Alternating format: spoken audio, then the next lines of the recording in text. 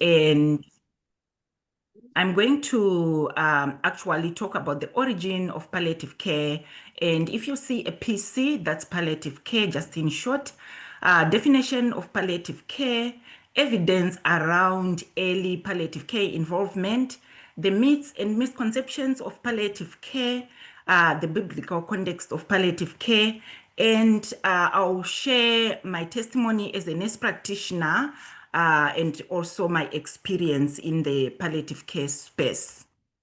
So it wouldn't be fair if I speak about palliative care without mentioning the founder of palliative care, who is Dame Cicely Sanders. Anyone who works in the palliative care field knows this lady who died at the age of 87. She was a nurse. She became a medical social worker, a doctor, and a researcher. So there's a history of how she became a medical social worker and a doctor until she became a researcher, which I'm not going to go deeper into. But if you read those articles that I've quoted below, you'll find her history. She founded St. Christopher's Hospice in the 1967, which was the first modern palliative care. The model combined teaching, clinical research, pain and symptom control, with compassionate care, focusing on quality over quantity of life, dignity in dying, respecting patients' autonomy, and supporting patients in creating a meaningful legacy. So she introduced the idea of total pain, not only looking into the physical pain, but into the social and spiritual aspect of the whole person.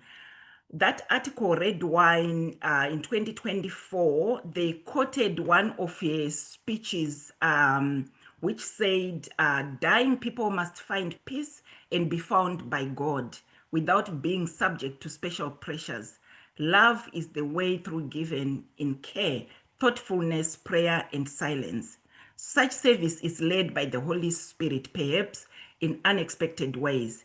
The foundation must give patients a sense of security and support, which will come through faith, radiating out from the chapel into every aspect of corporate life. So as you can see, there is God there. There are some biblical concept on the birth of palliative care itself.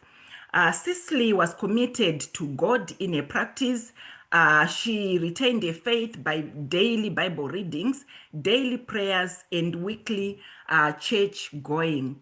There is, again, the work that she did, which was recorded by the Catholic Health Association of the United States in 2020, which I've written a little bit of it there, that in 1947, she was working in a cancer ward.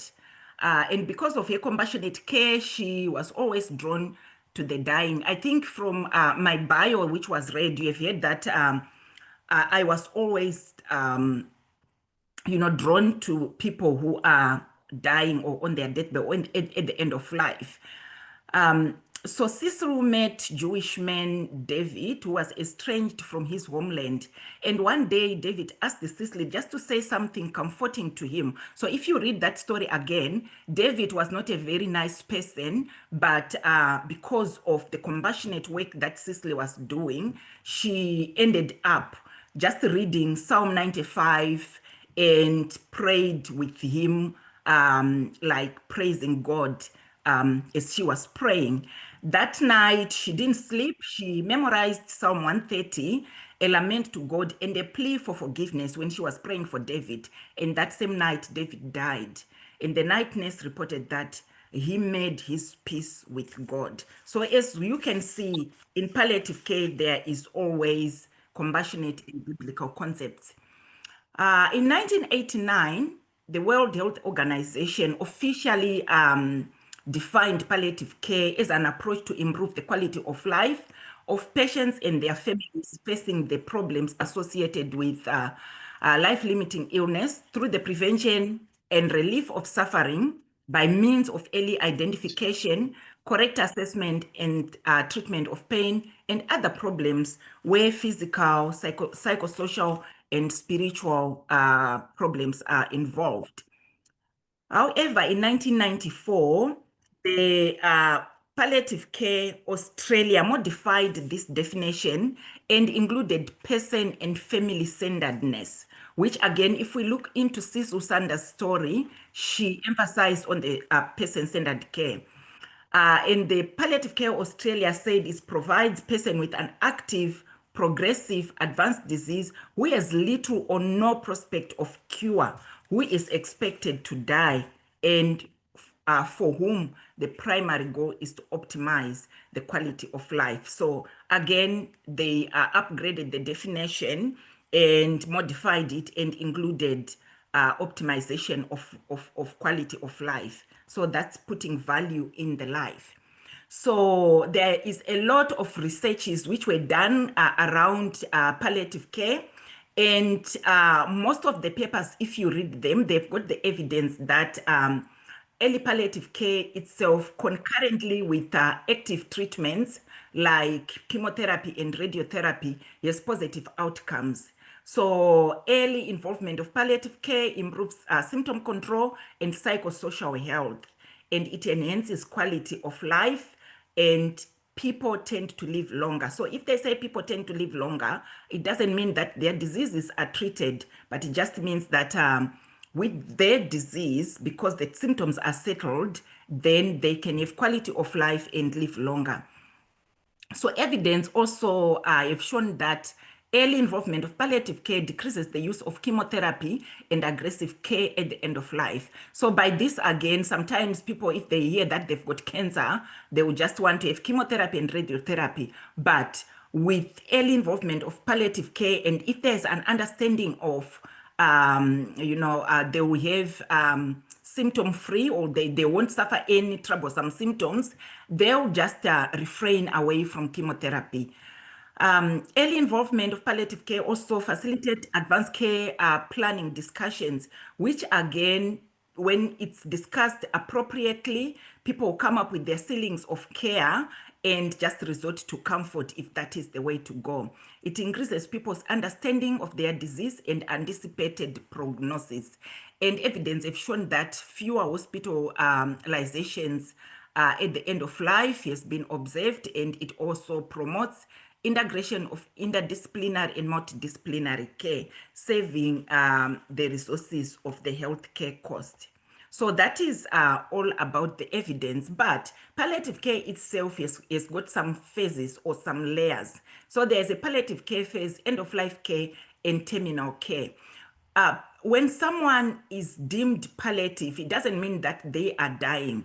I think that was the concept when a palliative care started. People thought palliative care equals death, but a person can live for several years under the banner of palliative care with good treatment options and symptom management. They can live for a long time without quickly going into terminal and death.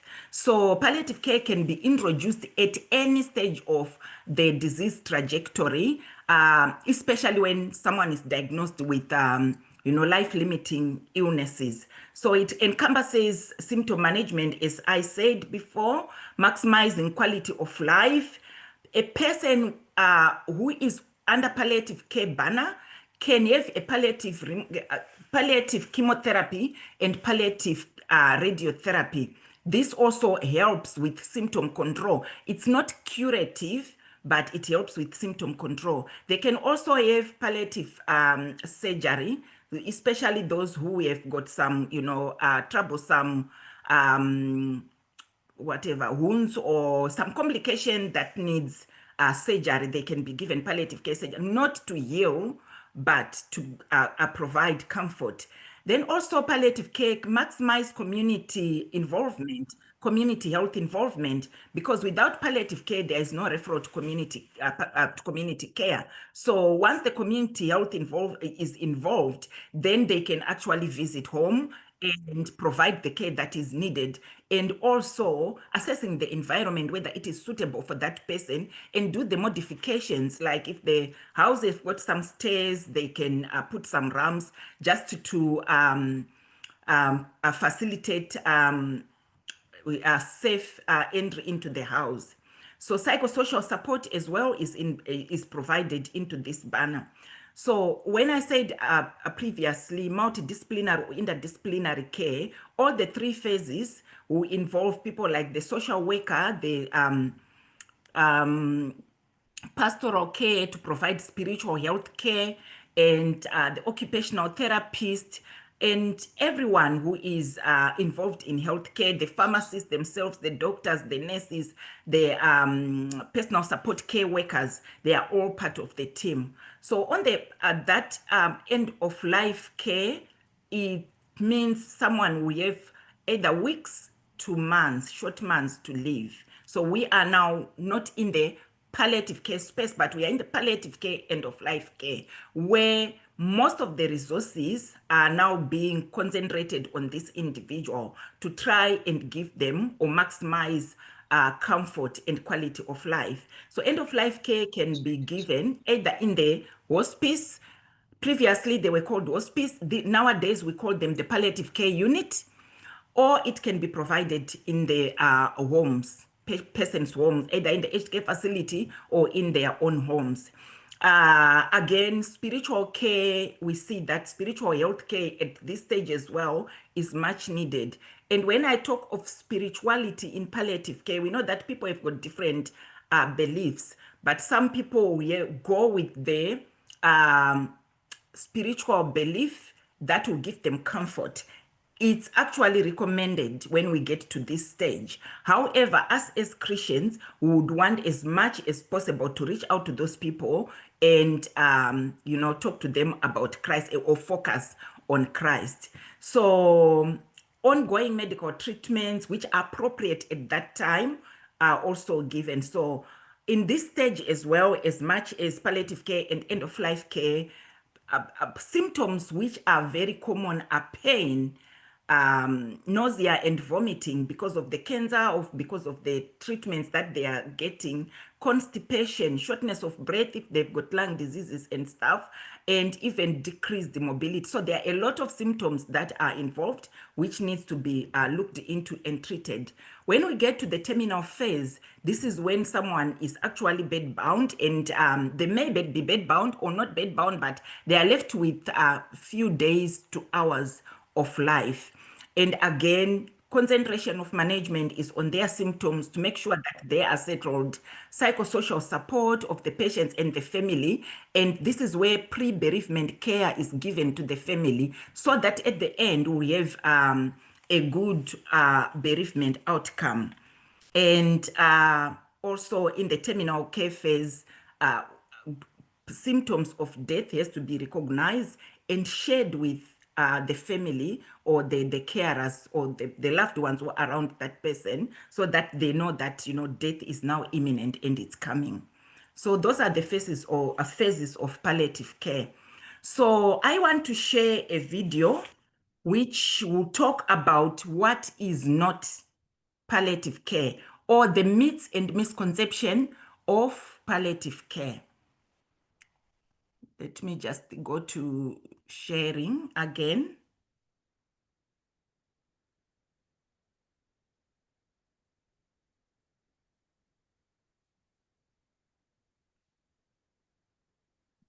Can you see my video?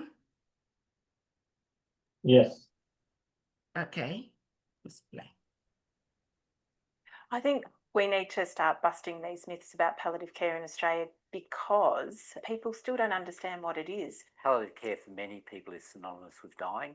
There's a lot of fears about palliative care is just for the end of life, the last few days of life. Not just people who need healthcare, but the people who support healthcare, the physicians, clinicians, doctors, nurses, people who work in government, who work in healthcare departments, and parliamentarians. I think it's pervasive. So therefore there's less timely referrals to palliative care and access to good end-of-life care. But it's also about the consumer, the person living in the community, not being empowered to say, hey, this is what I want. I know I can have this.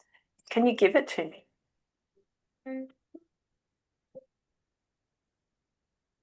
Pain is one of the easiest symptoms to control from the start of a patient's journey with advanced disease right up till the end. So when I met Con for the very first time, it was because of very, very severe pain. And this really sapped all of his energy. He was not as mobile, he wasn't as robust, and psychologically it affected him as much as physically. The last few days, maybe 2-3 weeks, was no pain. I don't know, maybe the medicine they give me is good enough to cover up that. Yeah.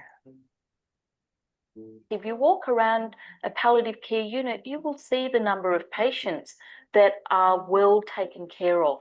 There is minimal to no pain. So pain is not an inevitable aspect of that journey.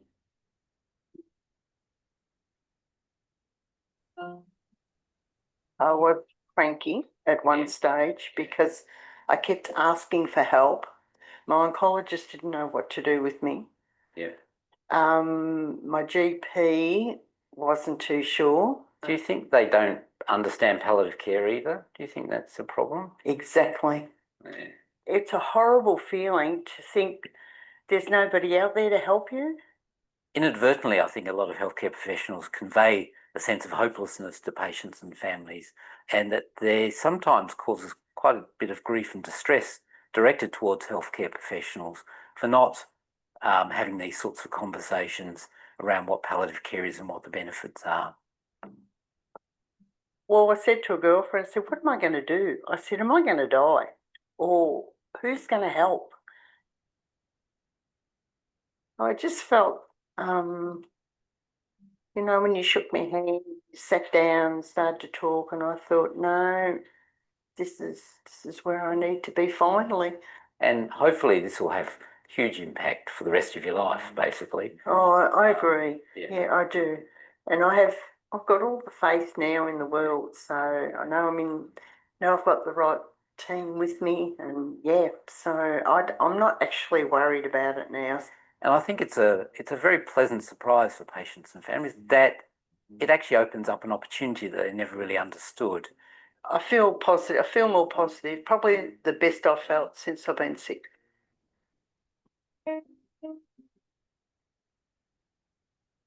I think the community often thinks that coming to palliative care means that you're in that last leg, that you only have days or hours left. And that's another one of the myths that we really need to understand is not the case. Hello, Giuseppe. What is amazing with Giuseppe is often he becomes unwell at home, loses his mobility, and then needs to come into hospital. Giuseppe, have you been doing any activities while you've been here? What have you been doing here? I'm a master, the martial art. All right. Yeah. Yeah. So when I feel good, I still practice. I am 83 Yes. and I fight against young people. This has been really good for him because by coming in and almost having a tune-up, you know, symptom control, getting his mobility improved, making sure he's safe, we can get him back home to be with his family, and that's where he wants to be.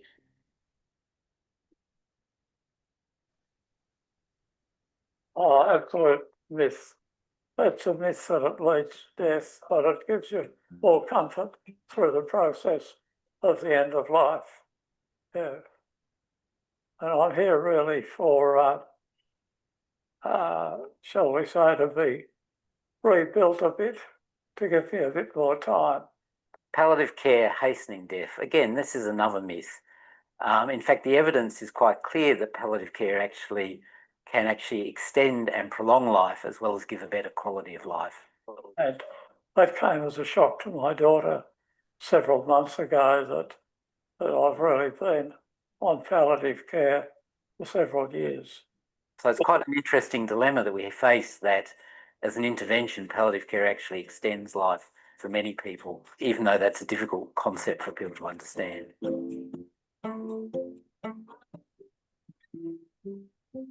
You don't have cancer, do you? No. What's your... I had 2 heart attacks and a stroke. Yeah. Well, I had this infection in the lungs, which I always get. Yeah. But this time they didn't think I was coming out of it. So, but after having that scare and being in ICU, I thought, palliative care, is this my last legs or not? Yeah. But it wasn't. No. Yeah. So as I said, I did not know what the word meant. The myth comes out of the fact that the modern palliative care movement was related very much to really looking after patients who are dying from cancer. So you can see why the myth has evolved. Inevitably, anyone's eligible for palliative care or considerations around palliative care. It was hard coming into somewhere here like this, whereas I had the wrong idea of what palliative meant. I thought I was going to go. I thought I was going to die. People are quite demoralised after a very significant event in an acute hospital, and they're really unsure where things are going to go. But there seems a great reluctance for healthcare professionals to talk about the fact that there could be time ahead and how to best support that. I'll tell you what, I felt really happy here, and it's done a lot as a month, so it's done a lot for me. Palliative care adds a huge advantage to the illness experience for a patient, the illness experience for a carer and a family member, and inevitably the ripple effect into the generations beyond the person that has died.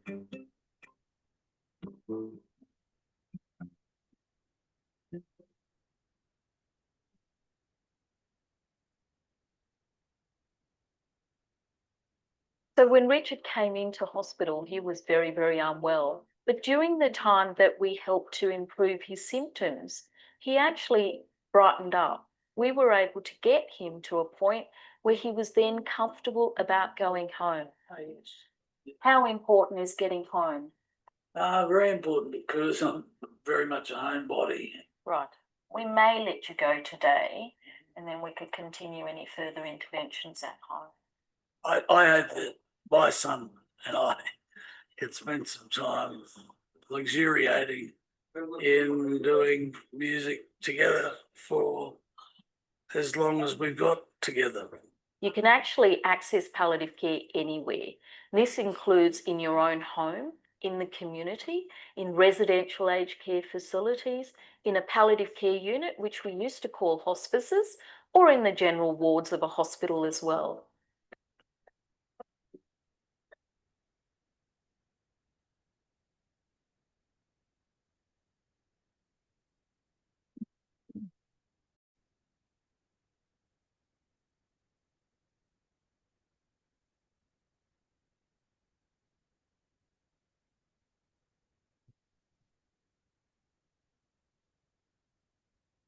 I need to stop this.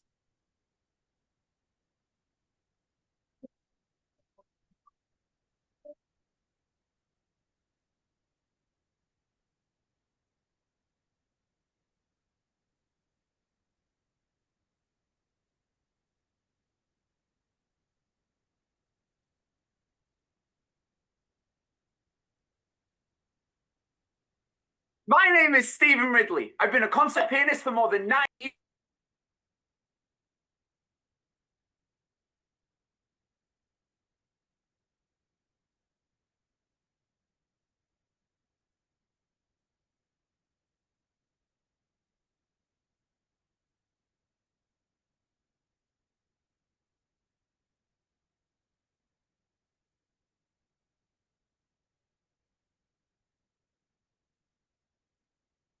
Move to the next slide and take care.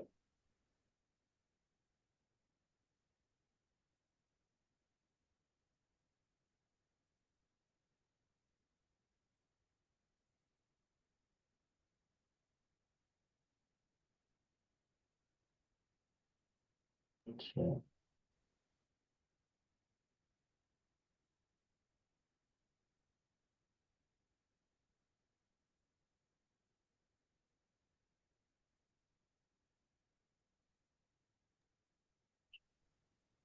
Can you see that, guys? Yes. Yep. Okay. Yep. Okay, so so that's the myths and misconception about palliative care. And we have seen that there's always hope in palliative care. It does not lead to death straight away. Anyone can be on the palliative care journey, and it can be given at home and in hospital, and not only for cancer patients, but for everyone else. So I just want to talk about God's promises in life and death, now leaning towards the biblical concept. So we know that at creation, God created us in his own image, and life is a gift from God, and even death is a gift. And death is not the end of us, but it is a transition to a new state of a new beginning.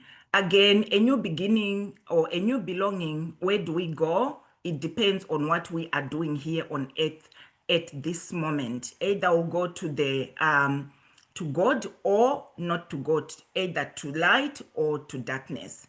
But there are a lot of promises again, which God has given us in suffering and in death. If we read Psalm 23, we know what it says: even though I walk through the shadow of the valley of death, I will fear no evil. Deuteronomy 31:8, just to quote a few scriptures: the Lord himself go before you. He will never leave you nor forsake you, so do not be afraid. Romans talks about the love of God, which he has for us, and there's nothing that can separate us from his love. Psalm 34, verse 18, talks about the promises of God in rescuing us and also healing us when we are brokenhearted, and even if our spirits are crushed. So those are the promises of God in life and in death. Okay. Sorry, I need to put... Okay, so what is the biblical concept of palliative care? I just want to shock you today to say that in the Bible, there is no explicit mention of palliative care. You won't find palliative care word in the Bible, even if you go on Google. But there is emphasis on the healing, love, and providing to the needs of the sick and the dying in a practical way. So if you see the story of Isaac in Genesis 27, when he was dying, he actually asked his family to bring him a choice meat. So that's providing for the physical needs at the end of life. Biblical teaching emphasizes on the sacredness of human life from conception to death, and it supports the principle that life should be valued and respected. Again, there's a verse in Romans 14, verse 18, verse 8, which says, if we live for the Lord, and if we die for the Lord. So whether we die or live, we belong to God. So Jesus Christ's concept of compassionate care towards the sick and suffering demonstrates to us again the desire for providing for the whole being, mind, spirit, and body. Jesus was healing the sick, being moved by compassion, and he was also providing the food. So if we look into the story of the daughter of Jairus, when he resurrected her from the dead, he actually said, give him something to eat. So again, it's providing for the body, yet healing the soul and the spirit. 1 Corinthians 3 verse 9, it also talks about we are God's co-workers. Means that we are being the hands and the feet and the mouthpiece of Jesus Christ in loving, saving, and healing the brokenhearted, and even those who are faced with death. We are disciples of Jesus Christ in our mission field, and everything we do supports his command, and the command which says to love our neighbor. You might be asking me who our neighbor is. I'm going to tell you about my testimony or my journey in the palliative care space. I will talk to you about like 3 encounters, one in palliative care unit, one in the cancer care center outpatient clinic, and one in the residential aged care facilities. Again, who is our neighbor? Our neighbor doesn't mean that my fellow Christian is my neighbor only, but every person in every walk of life is my neighbor. We have to care for them. That's the mandate that was given to us by our Lord Jesus Christ. So homelessness, the Muslim, the Black people, gay, white, Jewish, Christian, atheists, addicts, and even racists, they are all our neighbors. This is supported by the story of the Good Samaritan in Luke 10, verse 25 to 37. I'm not going to read the whole story, and I think most of you know it, but if you don't know it, you can go and read. This story came about when a lawyer asked Jesus Christ what he can do to inherit everlasting life. And Jesus, instead of answering back straight away, he spoke to him in a parable way, which we know that he always did that. The lawyer, because he knew the law, he said, what is written in the law. Jesus said, what is written in the law? And he said, you shall love the Lord your God with all your heart, with all your soul, with all your strength, and with all your mind. So he was just focusing on God. But then he went on to say, and your neighbor is yourself. So, and Jesus said, you have answered correctly. Do this and you shall live. But he went on to say, but who is my neighbor? This is when Jesus came with the story of a Good Samaritan, whereby there was an injured man, but a priest came through and didn't help that injured man. A Levite came, he didn't help that injured man, until a Good Samaritan came. And the Good Samaritan helped that injured man who was bashed by robbers. So Jesus said to him, which of these three, in your opinion, was neighbor to the man who fell among the robbers? And the lawyer said, the one who treated him right. Jesus said, go and do the same. Some other versions say, go and do likewise. Go and do the same. This is our mandate as well as children of God. We are in this life, which is a journey. We are all travelers, and at some stage, we are faced with life hurdles. With the biblical concept of my neighbor, the journey can be smooth if we've got a neighbor who provides our needs, like in the palliative care space as we are talking. The road can be bumpy with extreme heat, with oils and spills, with accidents, which is unpredictable. But when the unpredictable come, we need someone who hold our hand and walk with us in that journey. So I'm going to now to share my testimony about those three people who I looked after. Apparently, so I'll talk about the palliative care, a lady who had terminal illness, and in the cancer care center, if you see that statement on my PowerPoint, which says, I wish I had breast cancer from the Pancreatic Cancer Action, it's on their website. Exactly the lady whom I looked after also said those words. I wish I had breast cancer, because we know that breast cancer has got high survival rates. Okay, so I've written down my testimony. I'm not going to share the screen so that, I won't go around it. So I've written down and I'm going to read from my computer. So the first one, a few years ago, I looked after a 70-year-old Australian woman who was at the end of her life. She was very educated with lots of adult children and grandchildren, all of them well-educated, high-profile jobs, lawyers, doctors, you name it. And the whole family, including the patient herself, they were angry with God for giving, their mom, their grandmom, a terminal disease. And they were always swearing and were challenging and difficult to work with. However, each time I'm on duty, I felt the Lord prompting me to speak to the lady about salvation.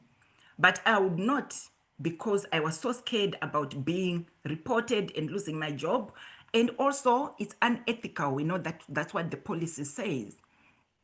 So the family again was with this patient 24/7, taking turns to look after her. They wouldn't leave her alone. One Saturday evening, they all went out for dinner and for their refreshments. And I had an opportunity to feed this woman with her dinner. At that moment, I felt strongly the Lord saying to me, this is the opportunity, use it. Hesitantly, I started sharing with her how I spend my Sundays at church, about my faith, some difficult times that I faced in life, and how the Lord comforted me. To my surprise, she listened attentively and with curiosity to want to know more. So I spoke about the love of God for everyone in every circumstance, and that He loves her as well. And she has an opportunity to acknowledge the Lord as a personal Lord and Savior. Calmly, she told me how her mother used to drag her to church when she was very little. She said she did not want to take an advantage of the Lord at that time because of her terminal illness, as she had done some awful stuff in life. The discussion went on and for quite a long time, but I could see that her heart was softening to what I was saying. So just to cut the story short, with great difficulties, she ended up receiving Christ as a personal Lord and Savior.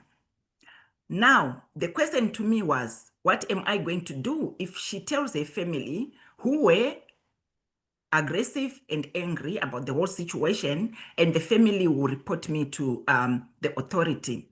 I prayed and asked God to protect me and to protect my reputation. When the family came back, they found that her face was radiant. She was giving them most beautiful smile that they've never seen. But she wouldn't open her mouth to talk. That early hours of the morning, she died peacefully. I believe after saying the salvation prayer, God protected her, whether from saying some filthy words, which she used to, or whether from reporting me to a family, I don't know. But I believe, to me, it was a miracle to know that if God has given you an assignment, even in difficult situations, He will protect you in His own ways, not our own ways. And also, I believe that God shut this woman's mouth in order to protect her faith and also to protect me. So that was the palliative care unit. I was working in the Cancer Care Center another year, Royal North Shore Hospital, running a nurse practitioner-led oncology palliative care clinic.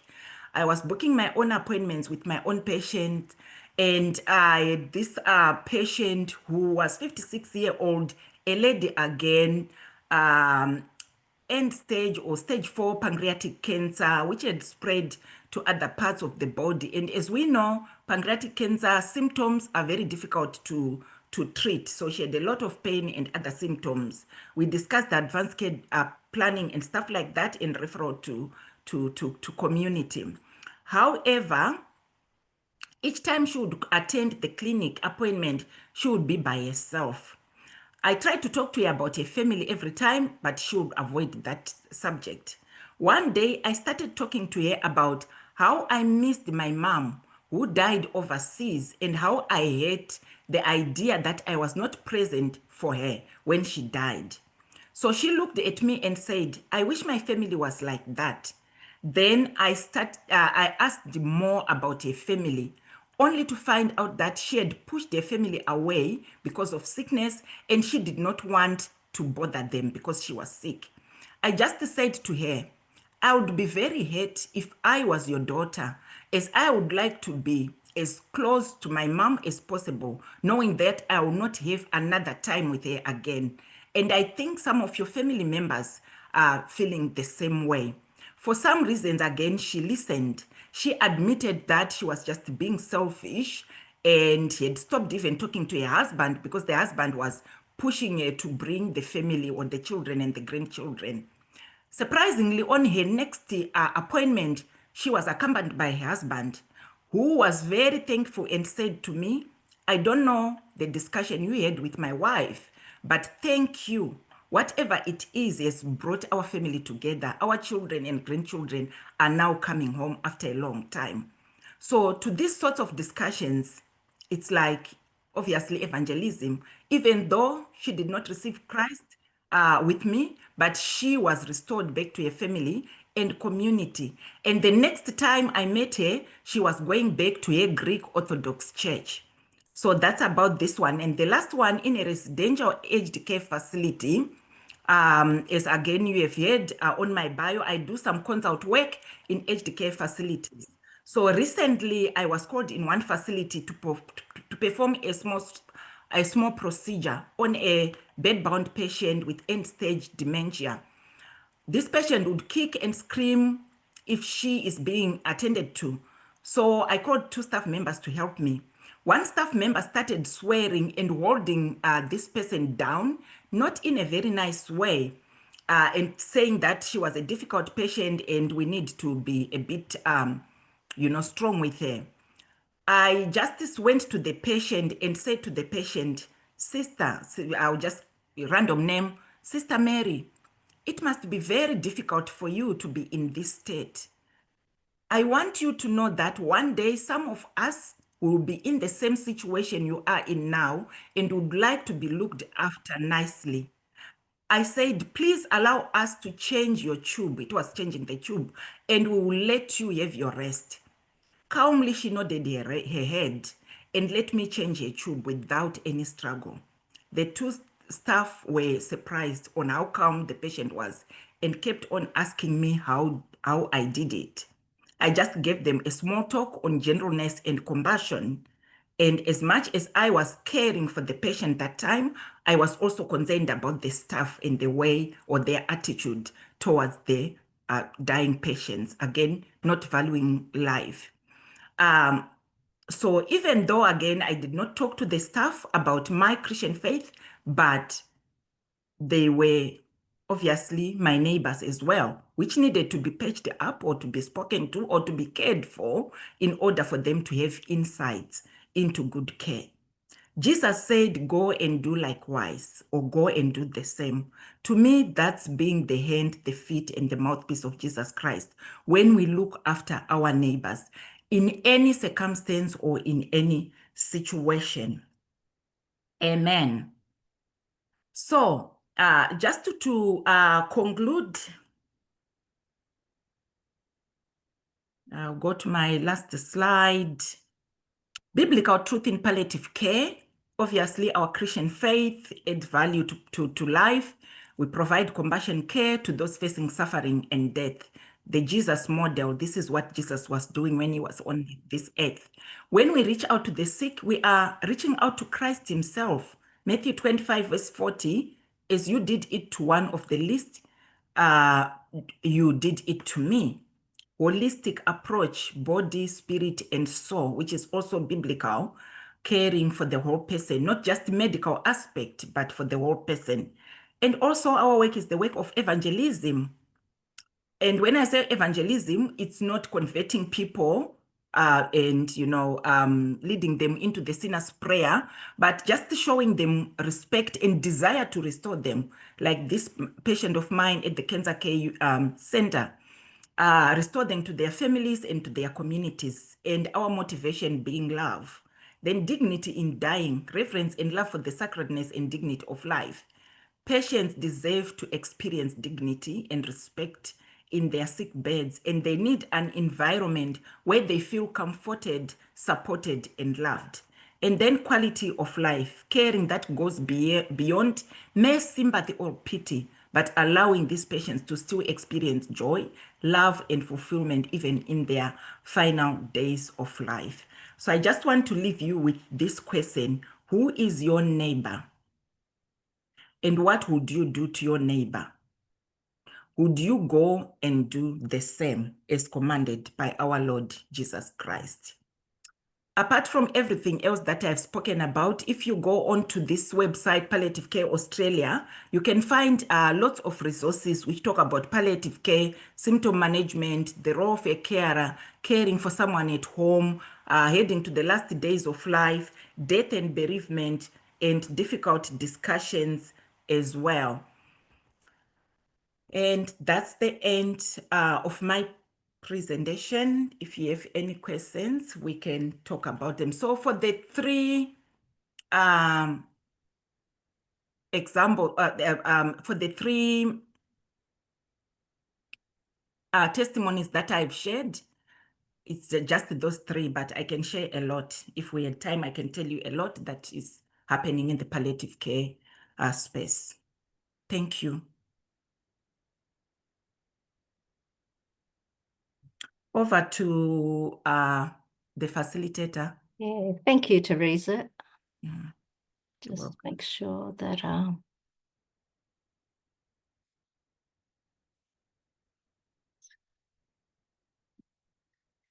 thank you, Teresa, for sharing your insights and testimony and broadening our understanding and knowledge of palliative care. And it's such an important ministry that we as Christians can contribute to walking with people in the end of life and just sharing about our faith and belief and giving them hope.